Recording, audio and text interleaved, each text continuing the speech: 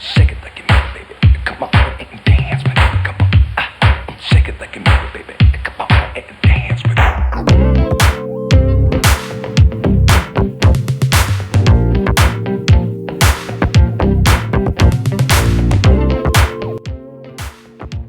Hi నమస్తే welcome back to సిరియరీ vlogs అండి. So నేను ఈరోజు వచ్చేసి కొడైకెనాల్ నుంచి దిండిగల్ వెళ్ళాను. దిండిగల్ నుంచేసి ఇంకా నెక్స్ట్ వచ్చేసి తంజావూరు అనమాట. సో ఇది వచ్చేసి నాది తమిళనాడు 7th డే టూర్ అనమాట.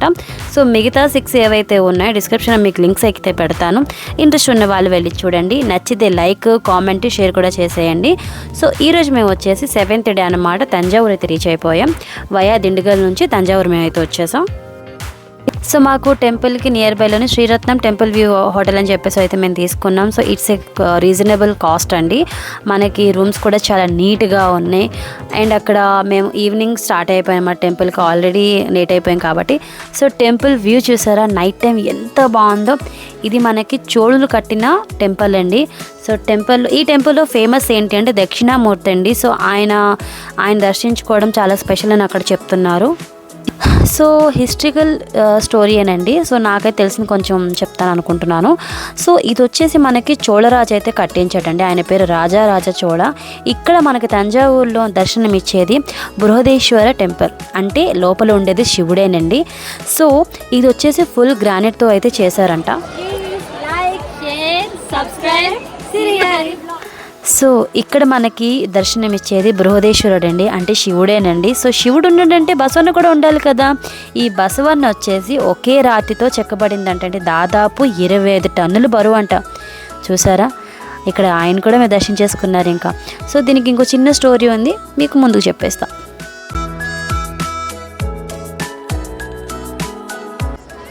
సో గుడి వెనక భాగంలో మనకి లెఫ్ట్ సైడ్లోని దక్షిణామూర్తి అయితే ఉంటారు. మనకి శివుడి గుడిలోనైతే దక్షిణామూర్తి ప్రతి గుడిలో కనిపిస్తారండి. చిన్న ఇన్ఫర్మేషన్ ఏంటంటే, సో ఈ టెంపుల్లోని స్తంభాలు అయితే ఉన్నాయండి. అవి కొట్టినప్పుడు విభిన్న సంగీత శబ్దాలు అయితే ఉత్పత్తి చేస్తాయంట. ఇది దాన్ని రూపకర్తలు చాతుర్యాన్ని ప్రదర్శించారని చెప్పేసి అక్కడ చెప్పుకుంటున్నారు. సో మాకైతే అంత టైం లేదు, ఎందుకంటే క్రౌడ్ పెరిగిపోతుంది, టైం అయిపోయింది కాబట్టి మేమైతే అది చూడలేదు. సో ఎవరైనా వెళ్తే ఇది కూడా కొంచెం మీరు ఎక్స్పీరియన్స్ చేయండి. సో ఈ టెంపుల్ వచ్చేసి మనకి ప్రధాన ఆలయం గోపురం అండి. ఈ విమానం దాదాపు 66 మీటర్లు, అంటే 217 అడుగులు ఎత్తుంటుందండి. ఇది ఒక రకమైన ఎత్తైన వాటిలో ది వరల్డ్లో ఇది చాలా ఎత్తైన గుడి అనేసి కూడా అక్కడ చెప్తున్నారు.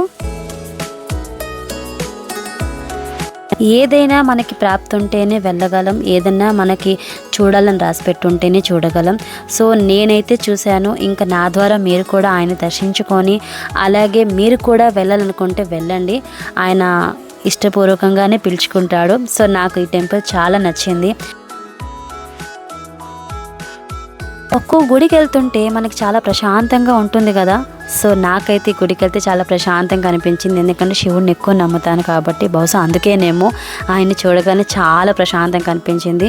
సో ఇప్పటిదాకా ఎవరైనా తంజావూరు వెళ్ళలేదు అనుకుంటే వెళ్ళండి, ఆయన దర్శించుకోండి. ఆయన చూసి మీరు కూడా చాలా ప్రశాంతంగా ఆ అద్భుతాన్ని, ఆ అనుభవాన్ని పొందండి. సో మిగతా వచ్చేసి వ్యూ పాయింట్ అంతా మీరు ఇక్కడ చూడండి. సో టెంపుల్ హిస్టరీ ప్రకారం చాలానే పెద్ద స్టోరీ ఉంది, బట్ నేను చిన్నగా కట్ చేసి చెప్పాను. ఎవరికైనా డౌట్స్ ఉంటే నాకు కామెంట్లో అడగండి. ఇఫ్ పాసిబుల్ నేను కామెంట్ సెక్షన్లో మీకు నేను రిప్లై ఇవ్వగలను. సో మిగతా అవి ఎంత కాస్ట్ ఏంటి డిస్క్రిప్షన్ నేను మెన్షన్ చేస్తాను. ఇందులో నేను చెప్పాలనుకోవట్లేదు, ఎందుకంటే ఓన్లీ గుడి వరకే నేను మాట్లాడదాం అనుకుంటున్నాను. సో చాలామంది చూస్తున్నారు, నా ఛానల్ సబ్స్క్రైబ్ చేయటం లేదు.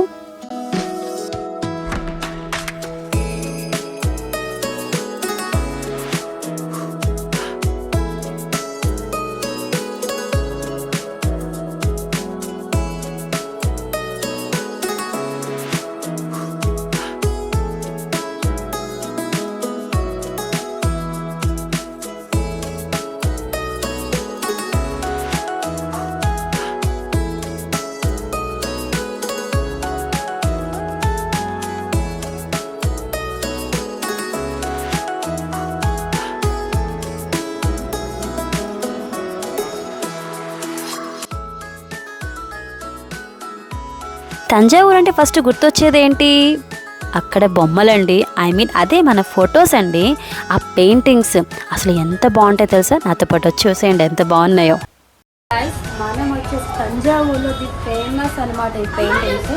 సో టెంపుల్కి ఎదురుగానే ఒక షాప్ అయితే ఉంటుంది, మేము ఒకరికి విజిట్ చేస్తాం. మీకు చూడండి ఎంత బాగున్నాయో, లక్ష్మీదేవి కానీ తర్వాత విఘ్నేశ్వరుడు కానీ. ఇన్ని చూసానా ఒక్కటి కూడా కొనలేదు. ఎందుకు అంటే అంత రేట్లు చెప్తున్నారనమాట. సో నాకైతే వర్తబుల్ అనిపించలేదు కాబట్టి నేను తీసుకోలేదు. బట్ ఎవరైనా వెళ్తే మాత్రం తీసుకోండి, ఎందుకంటే కంటికి అంత బాగా కనిపిస్తున్నాయి అవి. సో కొన్ని ఐటమ్స్ తీసుకున్నాను.